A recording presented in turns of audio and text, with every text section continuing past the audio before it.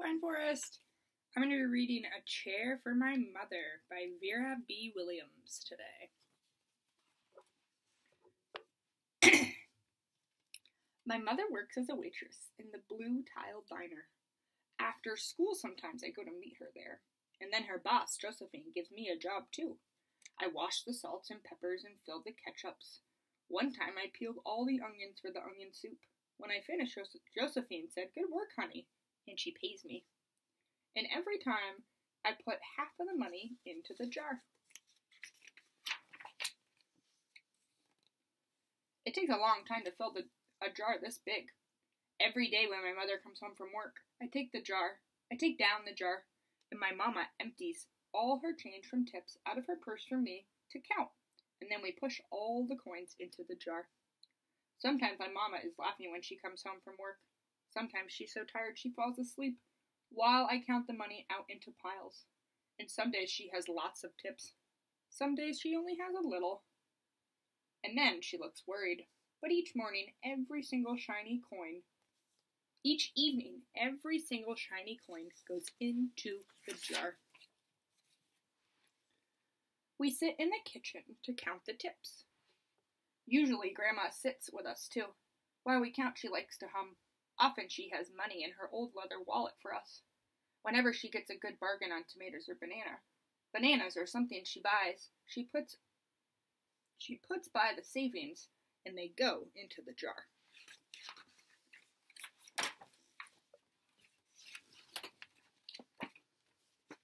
When we can't get a single other coin into the jar, we are going to take all the money out and go and buy a chair. Yes, a chair. A wonderful, beautiful, fat, soft armchair. We will get one covered in velvet with roses all over it. We are going to get the best chair in the whole world. That is because our old chairs burned up. There was a big fire in our other house, and all our chairs burned. So did our sofa, and so did everything else. That was such a long time ago. My mother and I were coming home from buying new shoes. I had new sandals, and she had new pumps. We were walking to our house from the bus, and we were looking at everyone's tulips. She was saying she liked red tulips, and I was saying I liked yellow ones. And then we came back to our block. Right outside our house stood two big fire engines. I could see a lot of smoke. Tall orange flames came out from the roof. All the neighbors stood in a bunch across the street, and Mama grabbed my hand and we ran. My Uncle Sandy saw us and ran to us. Mama yelled, "Where's Mother?" I yelled, "Where's my grandma?" My Aunt Ida waved and shouted, "She's here, she's here, she's here. She's okay, don't worry." Grandma was all right. Our cat was safe too, though it took a while to find her, but everything else in our whole house was spoiled. What was left of the house was turned into charcoal and ashes. We went to stay with my mother, sister, Aunt Ida, and Uncle Sandy. They were able to move into the apartment downstairs, and then we were able to move into the apartment downstairs. We painted the walls yellow, the floors were all shiny, but the rooms were very empty. The first day we moved in, the neighbors brought pizza, a cake, and ice cream, and they brought a lot of other things to do too. The family across the street brought a table and 3 kitchen chairs. The very old man next door gave us a bed from when his children were little. My other grandpa brought us his beautiful rug. My mother's other sister, Sally, made us red and white curtains. Mama's boss, Josephine, brought pots and pans, silverware and dishes. My cousin brought her own stuffed bear. Everyone clapped when my grandmother made her speech. "You were all the kindest people," she said, "and we thank you very, very much. It's lucky we are young and can start all over." That was last year, but we still have no sofa and no big chairs. When Mama comes home, her feet hurt. "There's no good place for me to take a load off of my feet," she says. When Grandma wants to sit back and hum and cut her potatoes, she has to get as comfortable as she can on the hard kitchen chair. So that is how Mama brought home the biggest jar she could find at the diner, and all the coins started to go into the jar. Now the jar is too heavy for me to lift. Uncle Sandy gave me a quarter. He had to boost me up so I could put it in.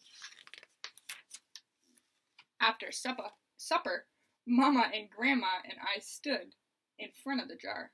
Well, I never would have believed it, but I guess it's full, Mama said. My mother brought home little paper wrappers for nickels and dimes and quarters. I counted them all and wrapped them all up. One of my mother's days off, we took all the coins to the bank. The bank exchanged them for $10 bills, and then we took the bus down to the shop for our chair. We stopped through 4 furniture stores. We tried out big chairs and small ones, high chairs and low ones, soft chairs and hard ones. Grandma said she felt like Goldilocks and the 3 little bears trying out all the chairs. Finally, we found the chair that we were dreaming of, and the money in the jar was enough to pay for it. We called on Ida and Uncle Sandy, and they came right down in their pickup truck to drive the chair home for us. They knew we couldn't wait for it to be delivered.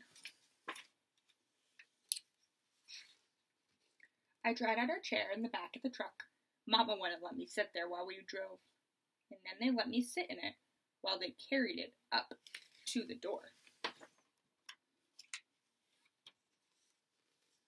We set the chair right beside the window with the red and white curtains.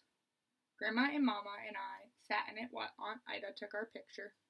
Our grandma sits in it and talks with people going by in the daytime. Mama sits in it and watches the news on TV when she comes home from her job. After supper, I sit with her, and she can reach right up and turn out the light if I fall asleep on her lap. The end. Thanks for reading A Chair for My Mother. Bye, Pine Forest.